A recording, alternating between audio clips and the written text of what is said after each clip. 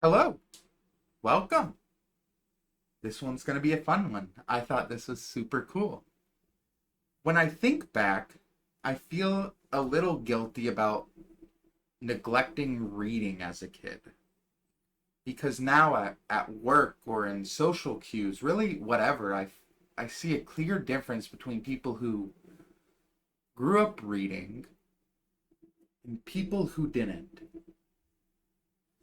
And those who read, they seem sharper, they seem like more independent thinkers. And meanwhile, I catch myself waiting to be spoon fed answers instead of working through ideas on my own.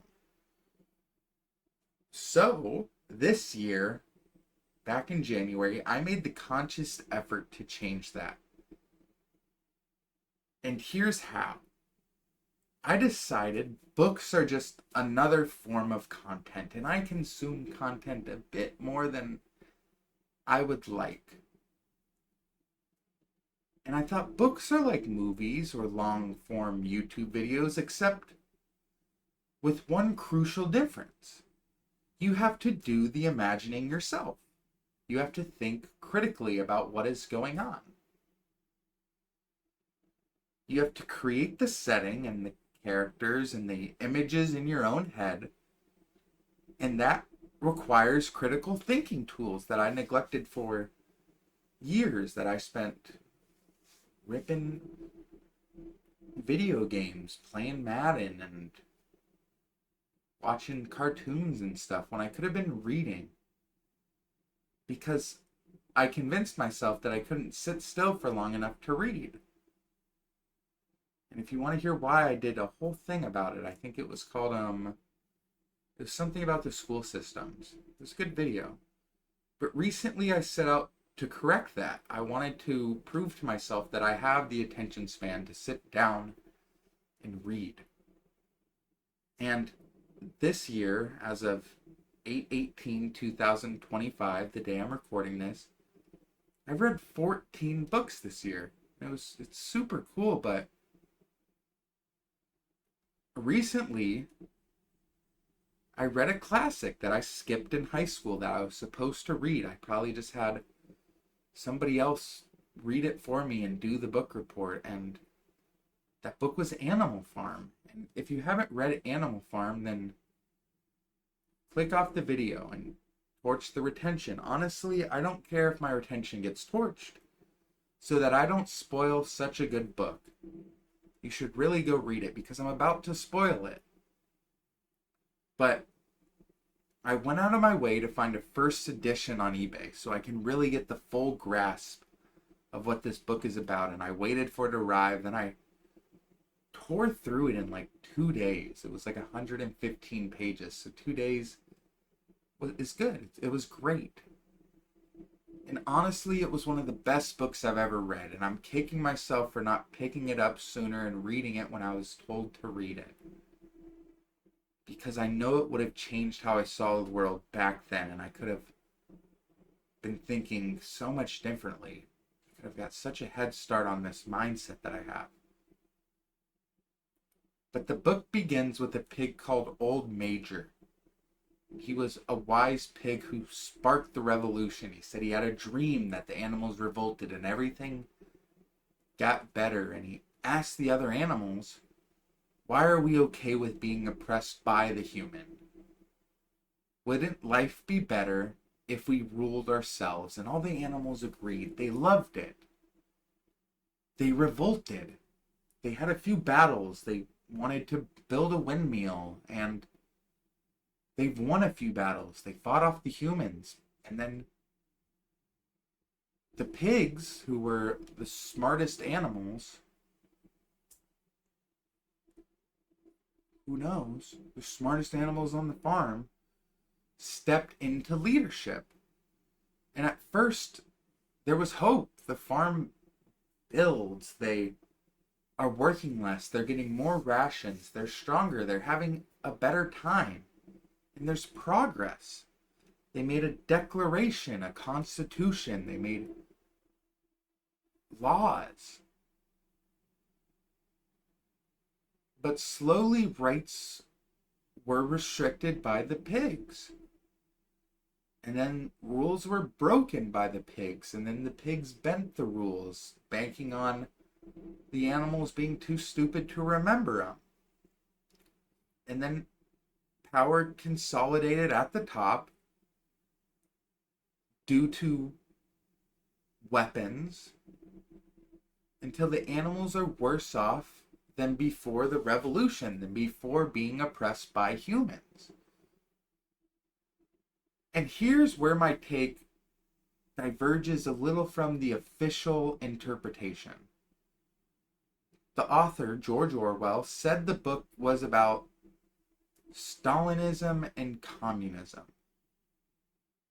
But to me, it's about authoritarianism in all of its forms.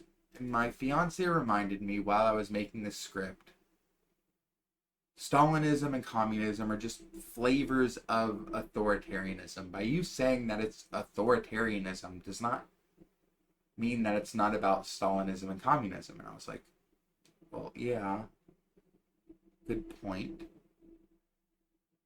So maybe it was just my ego wanting to believe I discovered something new, but still, I couldn't shake how much it reminded me of authoritarianism. And then it kind of reminded me of American colonization and capitalism.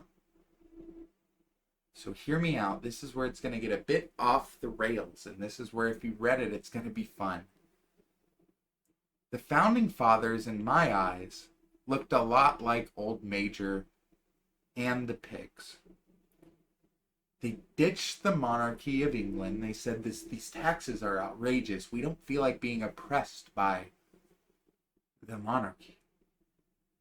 And they declared their own independence. And they started their own farm, which was America. And at the beginning, it was beautiful. They built, they thrived, they won some battles. They figured out how to optimize agriculture. They got better. And they promised freedom. They promised that all men are created equal. That's what they promised. It's the same thing in the book. But by the end, just like the pigs, the people who resided from the monarch, they're playing cards with their oppressors. And the oppressors were indistinguishable from the ones that they fought to escape. And that sounds a lot like what's going on now. We're getting taxed out the wazoo. We don't like it.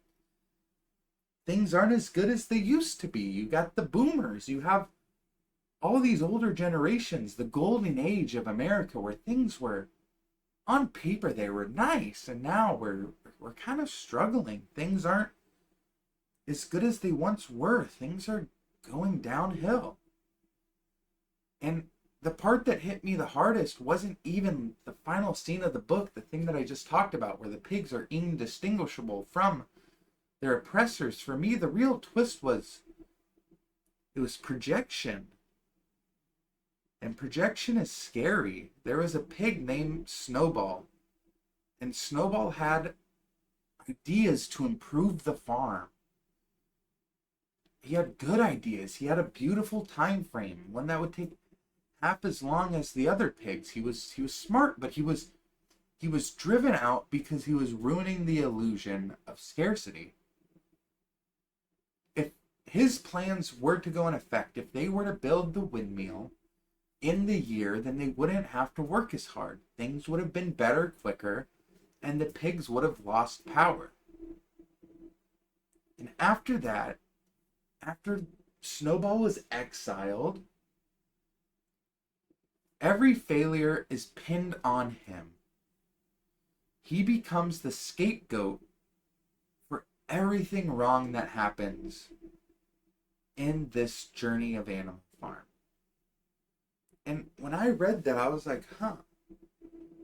that smells a lot like politics to me. That smells a lot like what's going on now. Whenever something bad happens, whenever we're in a job crisis or that our prices are too high, we blame China or we blame Russia or we blame somebody else, even though that our side of the street is a mess.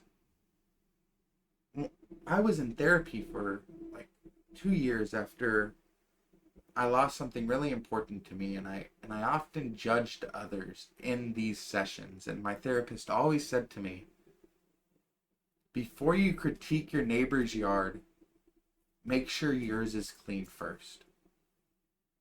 And it seems like we're not doing that because ours isn't clean, and we're just saying how dirty everyone else's is. But if those in power are constantly pointing fingers, then maybe it's because they're guilty of the very thing they're accusing others of. Now, here's where I might embarrass myself. Here's where I kind of lose all credibility. At the end of the book, the pigs renamed the farm back to Manor Farm, its original name. And for some reason, I misread that at first. Maybe I'm just not experienced at reading books. But I misread it, and I thought that they named it Major Farm, the pig who sparked the revolution. And while I now know that that was a mistake on my part, a part of me still wonders, was that misreading actually the hidden truth in the book? That maybe Old Major was in on it the whole time, because the pigs often questioned Snowball for being in on it the whole time, even before the revolution. And maybe the cycle was always meant to end back where it started, of power simply changing hands, but oppression staying the same. And that projection theme, saying that Snowball was secretly with the humans the whole time, is clear as day in the book. That its projection felt eerily familiar. It felt like a distorted truth that we're not really supposed to talk about. Like, what really happened? Just twisted enough to protect those in power. That doesn't just belong in a fictional book. That's modern politics. That's the media spin. That is what is going on now. So, is Animal Farm about communism? Sure. Is Animal Farm about Stalinism? Sure. But the real lesson for me is about just reading itself and coming to your own conclusions, because reading lets me wrestle with these words, these metaphors, these interpretations on my own, instead of being spoon-fed what something means on the screen. And that led me to my most irrational, on paper, takeaway of all. What if the American Revolution itself was never truly independent? What if breaking from the monarchy wasn't really a break, but just a staged, calculated performance, and it was just a part in history, his story, that we are all led to believe? A long con to create the illusion of freedom, while power remained in the same hands. I'm not saying the monarchy has the power. I'm saying who had power over the monarchy. It's a big thing. But we revolted over taxes. We dumped tea in the harbor. And now we pay more in taxes than ever. Think about how many times a dollar is taxed. Think about it. The cycle took an awful... The cycle just looks so much like the farm. It's revolt, then it's hope, and then it's oppression, and then it's repeat. And maybe Orwell only had Stalin in mind when he wrote the book. But maybe not. But whether it's communism or capitalism or colonialism, the message all feels the same. In the end, the pigs walk on two legs, indistinguishable from the humans. When you're given power, you result back to the person who gave it to you. And thanks for sticking with me through this manic 15.5-minute rant about a book I should have read while I was in high school. If nothing else, it's proof that shutting up, sitting down, and finally reading can open doors no video like this, no feed, no spoon-fed content could ever do. Because it's up to your own interpretation.